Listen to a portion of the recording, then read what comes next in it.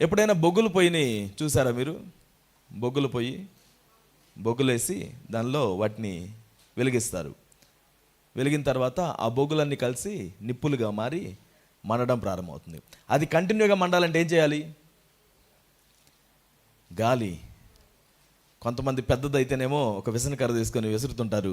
ఈ మధ్య చిన్న చిన్న మిషన్స్ కూడా వచ్చినాయి. ఒక ఫ్యాన్ అలా పెడితే అది ఉయ్యి ఉయ్యి అంటూ గాలి ఊదుతూ ఉంటే అది మాత్రం బాగా మండుతూ ఉంటుంది. దాని మీద ఏదైనా ఫ్రై చేస్తూ ఉంటారు. దేవుడు నీకు ఇచ్చినటువంటి వరం ఏదైతే ఉందో వాటిని కొంచెం విసరడం నేర్చుకోవాలి, ప్రజ్వలింప చేయాలి. ఏం చేయాలి? ఏదో ఒకసారి చూపించండి ఎలా. You have to fan it, don't fake it, just fan it.